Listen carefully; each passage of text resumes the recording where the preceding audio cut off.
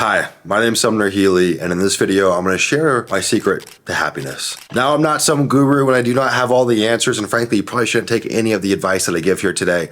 But what I do know is there was a point in time, aka most of my childhood, where I was depressed, I had insomnia, I was held back in elementary school, I had speech impediments, I was in special needs classes, I didn't have very many friends, and of course, given those circumstances, I wasn't very happy. And so I've spent a lot of my life trying to figure out, how can I move from negative, pessimistic, scarcity thinking to the other side of the spectrum, light, abundant, free, loving, and happy. Now, there's a lot of ways to skin the cat, and frankly, the medicine that we all need might be slightly different, but I'm going to tell you a story, okay? So, as a child, feeling insecure and feeling like I wasn't good enough, I went on this quest to have things, right? I figured if I could go and create things that don't exist, like wealth, like a better body, like friends, like if I could go and create that, I would be worthy, right? That was kind of my backwards thinking. And so I spent pretty much my whole entire adult years, I'm 28 now, so most of my 20s, and even my late teens,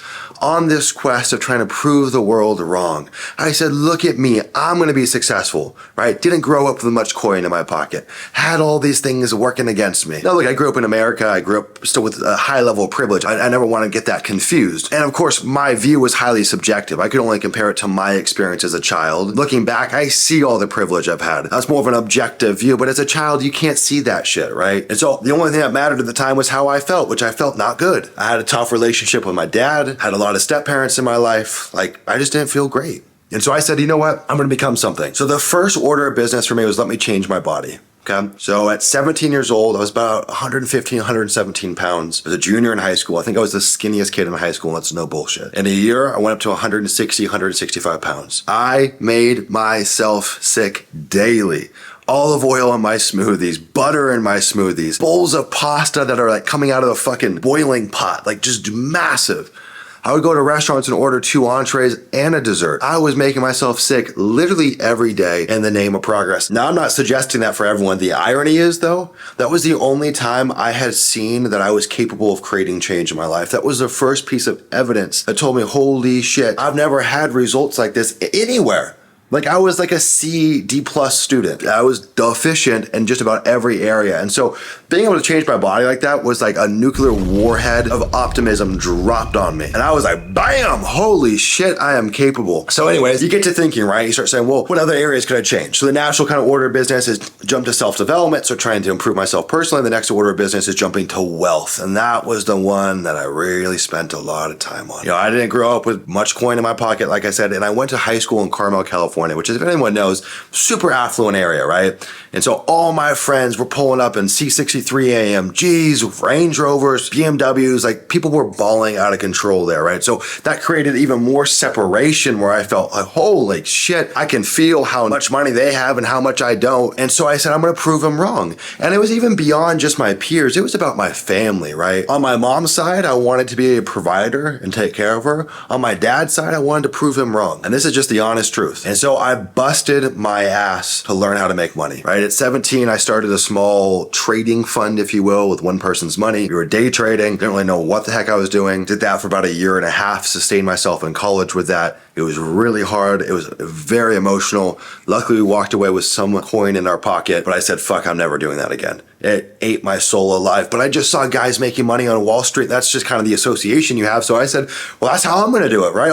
Everyone makes money on Wall Street, and they use computers to trade. It's very hard to be a hand trader and beat the market. And I just did a whole bunch of other businesses from there. I had a photography business for realtors. I had a textbook business, which was like my first ever like successful business in terms of like doing multiple 6 figures a year in revenue. And so I just kept on working at this. And the irony is, you know, at every junction I would get to, whether it was the fitness, whether it was the personal development, whether it was money making, there was this initial spark of happiness, right? Like my first year lifting weights, seeing that transformation, that was a spark of happiness. Same thing with the personal development, same thing with the wealth.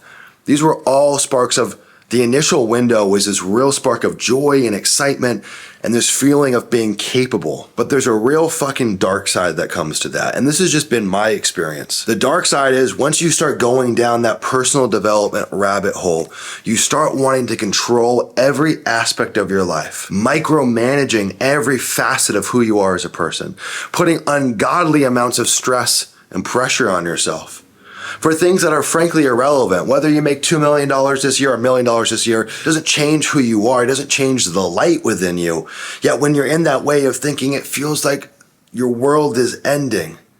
There's a dark side to being so goal-orientated where you lose sight of your own inner worth, right? It's this crazy irony. You start with low self-esteem. Most of the entrepreneurs I know, super low self-esteem. They go and start making some money. That kind of temporarily fills the void. Then they start stacking all these additional goals on them that they always fall short on, and they also feel insecure. And the part of that's because this shit can't solve your childhood problems. So what can? Well, the thing that's made me, frankly, more successful, but honestly, just way happier, is detaching from outcomes. Doing the work because I like to do the work. Focusing on the process and not the outcome. And that might seem like a really simple remedy, but for someone like me, that is so hard. And if you're watching this video and you fall into that type A category, I know you know what I'm talking about. And so just believing, whether it's true or not, whether you're religious or not, just believing that there is a plan for your life and you have faith in that. Understanding that when I'm in the trenches, I can't see ahead. You got to zoom out and have that God perspective, that 30,000 foot view to know what's to come. And so when I'm in the trenches and I hit a dead end, I think my life is over. But God, the universe, whatever you want to call it, shows me, no, there's another way. Go left. And I couldn't see that in my ignorance because I'm so in the trenches. And so just having that faith, but also understanding that everything that's ever happened in your life has actually worked in your best interest. We're so quick to want to label things and call them good and call them bad. In fact, I think it's like the Stoics say, everything in life is on balance. The good ain't so good and the bad ain't so bad. And I can't even begin to explain what this has done for my life. The level of feeling light, of having that weight off me, of having faith. And again, I don't care if you're religious or not. I don't necessarily prescribe to any particular religion. But what I've seen, I think what the stats tell us as well, is folks that are religious typically have faith. And I think faith creates happiness. Faith removes this hard energy, this hard pressure that we feel. And so again, you don't have to prescribe to any religion, but just have faith that the universe is looking out for you and understand that everything in your life has always worked in your best interest. And I know if you sat down and grabbed a piece of paper and actually wrote down all the bad things that have happened in your life, you'll recognize that they weren't so bad after all. In fact, they actually might be some of the best things that have ever happened to you, and you know that. But unless you practice that muscle, you work that muscle, you think those thoughts, it's so easy to get caught up in today and lose sight of it, right? You can believe what I'm telling you and you can agree with it logically right now, but tomorrow, if some shit happened in your life, you'd quickly forget. And so it's a daily practice to remember that the outcomes don't matter because there is a plan for your life bigger and better than you could ever imagine. And whether that's true or not, why would I subscribe to any other belief? And that's what's did it for me. That's what's changed my life. Now, if you're not one of those type A nutcases who's hyper goal orientated, most likely with some childhood trauma that you're trying to remedy with external goals, which doesn't work, then you probably don't know what the hell I'm talking about. But if you are, like me, cut from the same cloth, I hope that this is powerful medicine for you because frankly, it's helped change my life. If you guys want to see more videos like this, more personal development, more things that I'm using in my life, give us a subscribe, give it a thumbs up, and drop a comment if you liked the video.